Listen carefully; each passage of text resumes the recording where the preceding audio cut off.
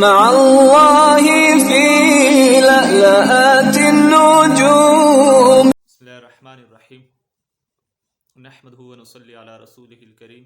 مختصر القدوری کتاب الزکوٰۃ. ولا تدفع الی غنی، یعنی کہ زکوٰۃ مالدار یعنی غنی کو نہیں دی جائے. کن کن افراد کو زکوٰۃ دینا جائز نہیں ہے؟